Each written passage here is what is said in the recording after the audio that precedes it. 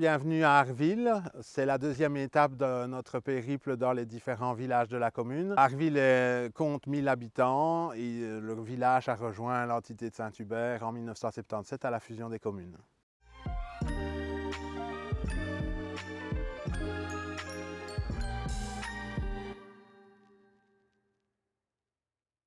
Les nombreux touristes peuvent admirer notre beau patrimoine forestier qui entoure notre village.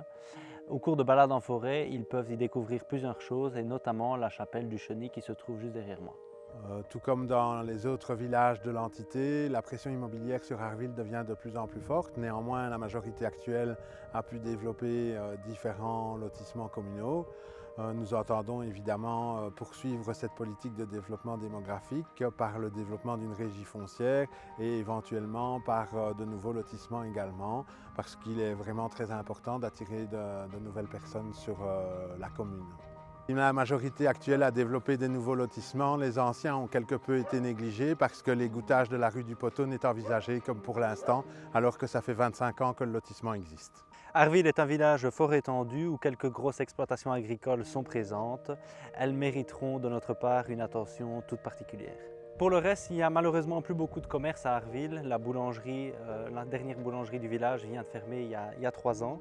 Il reste néanmoins quelques commerces comme le glacier, complètement maboule, ici au-dessus, le savoir-faire, l'atelier Terre et Nature de Isabelle et Benoît Jacquemin et l'entreprise de Joseph Marchal. Nouvellement, en lieu et place de l'ancien café bowling l'Alix, le 31 a ouvert ses portes il y a quelques mois. Il reste quelques indépendants dans des professions diverses dans les 4 coins du village. Notre groupe est très attentif au maintien de toutes ces activités économiques. Il faut les soutenir en écoutant leurs préoccupations et en agissant en conséquence. Qui dit Arville dit aussi Andache. Andache est donc une association qui est établie sur la commune de Saint-Hubert depuis de nombreuses années, même si les locaux administratifs ont quitté Saint-Hubert pour Marchand-Famenne, qui est une ville plus attractive. Andache maintient un certain nombre de services sur Saint-Hubert et notamment ici en ce nouveau bâtiment pour son service résidentiel Horizon. C'est un gros pourvoyeur d'emplois sur la commune. Sur Saint-Hubert, il existe aussi le service d'accueil de jour pour certaines personnes. Nous voici ici devant le club des jeunes d'Arville qui est très dynamique. D'ailleurs, celui-ci vient d'organiser les 50 ans du CDJ. Il existe également un comité d'animation Nosviatch qui organise de nombreux événements dans notre village. Les passionnés de VTT peuvent également traverser nos belles forêts avec les Lumsbike qui organisent également différentes activités. Chaque année, la Concordia rassemble les passionnés de théâtre et propose une pièce parfois en français ou parfois en wallon.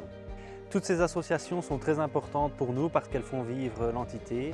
Nous leur devons un soutien logistique mais également financier accru dans le but de travailler correctement et de développer toutes leurs activités.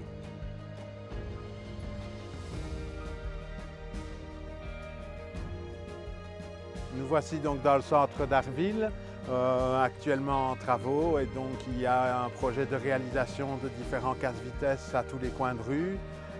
Ce projet malheureusement ne fait pas l'unanimité pour tout le monde. Il y a les inconvénients des casse-vitesses. Bon, ça ralentira la vitesse dans le village, mais par contre, ça peut être gênant au niveau de la circulation des convois et des choses comme ça. La majorité actuelle a pris l'habitude de sauter d'un projet subsidié à un autre, et donc on se retrouve avec des casse-vitesses qui ne sont pas nécessairement le résultat de la volonté citoyenne et d'une consultation villageoise habituelle. Toujours concernant les travaux, nous estimons que le cimetière d'Arville nécessite quelques rénovations, comme notamment l'évacuation des anciennes sépultures, la rénovation des chemins que nous trouvons déplorables, et nous envisageons également une végétalisation du cimetière. Nous voici ici à côté du cimetière, dans cette plaine de jeux assez rudimentaire. Nous envisageons d'en faire un espace partagé, comme par exemple de nouveaux modules, un skatepark ou un potager collectif. Tout cela mérite réflexion et nous ne manquerons pas de prendre en compte l'avis des citoyens dans cette initiative. Toujours donc dans le fond d'Arville, après le cimetière, après la plaine de jeux, nous nous trouvons maintenant au niveau du terrain de football. Comme vous pouvez le voir, la pelouse a été récemment refaite par les membres du club de football eux-mêmes. Malheureusement, ils n'ont pas reçu beaucoup d'aide de la commune, voire pas du tout. On se trouve devant un terrain où les installations sont manifestement très obsolètes, avec des abords à l'abandon, une buvette à l'abandon et un éclairage qui n'éclaire plus grand-chose et qui est vraiment à remplacer. Voilà, nous considérons que la pratique du sport est fondamentale. Le football donc en fait partie. Ça permet à nos jeunes de se défouler sur le terrain. Ça permet les rencontres avec les parents qui viennent amener les enfants. Ça permet de développer des échanges assez conviviaux et de développer une dynamique villageoise importante. Nous voici devant l'église d'Arville. Alors le conseil de fabrique alerte depuis de nombreuses années sur l'état de la toiture notamment, qui nécessite d'importantes rénovations. Et nous souhaitons mettre un point d'attention particulier à cette problématique. Arville dispose d'une magnifique implantation de l'enseignement communal. L'école d'Arville a su se différencier en proposant de l'immersion linguistique.